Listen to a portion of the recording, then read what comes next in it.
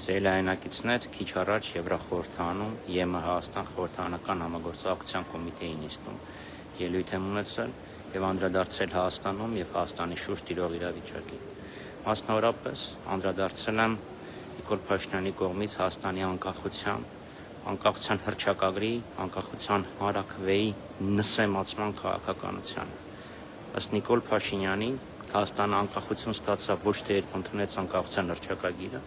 ոչ թե երբ համայն հայ ժողովուրդը գնաց ընտրատեղամասեր եւ քվեարկեց անկախության օգտին, այլ երբ Հայաստանը միացավ անկախ պետությունների համագործակցությանը, Ալմատայի հռչակագիրը ստորագրելով եւ վավերացնելով Բելովեժյան արձանագրությունը։ Այսինքն եթե չլիներ անկախ պետությունների համագործակցությունը, Հայաստանը անկախ չէր լինելու։ Եվ հիմա խոսում են հիբրիդային պատերազմների մասին։ Այսինքն մի կողմից Փաշինյանն ասում է Հայաստանը միացավ Ռուսաստանի, Բելարուսի եւ Ուկրաինայի կողմից ստեղծված միությանը, բայց Հայաստանի անկախությանը վտանգ են սպառնում հիբրիդային պատերազմները։ Մյուսը խոսել եմ Թրիփի մասին։ Փաստերով, քարտեզներով ցույց եմ տվել, որ Թրիփը այս վիճակում չի կարող Հայաստանի շրջափակումը ճեղքել։ Անհրաժեշտ է, որ Հայաստանը երկաթգծային կապ ունենա արտաքին աշխարհի հետ, թե արևելյան ճանապարհով, այսինքն գործի Իջևան-Ղազախ ճանապարհը, եւ թե բացվի Հայաստան-Թուրքիա կապը։ Եվ այդ հարցը մենք բարձրացրել ենք միշտ ի տարբերություն Փաշինյանի, որը այսօր է դրա մասին խոսում։ Այդ հարցը պետք է լուծված լիներ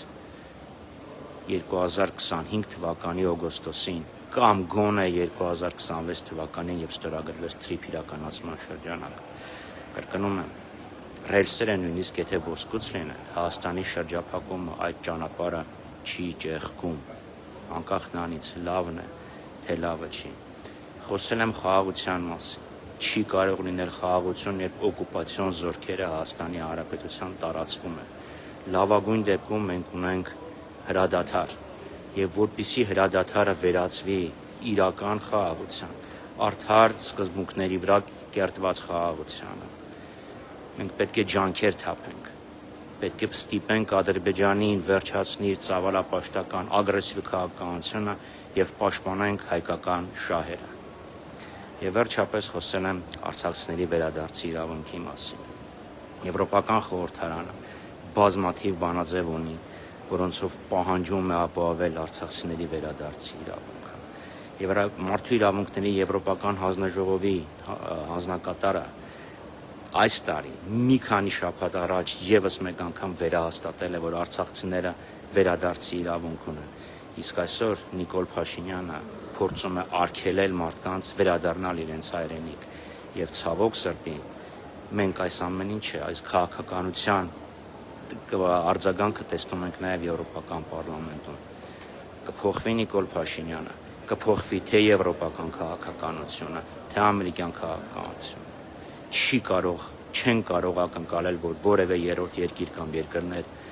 Հայաստանի իշխանություններից ավելի հայանպաստ լինեն։ Դրա համար պետք է փոխվի այս իշխանությունը, որ տարածաշրջանում իրական խաղաղություն լինի, որ տարածաշրջանում բոլոր կապուղիները ապաշրջապակվեն, որ արցախցիները կարողանան վերադառնալ իրենց հայրենիք։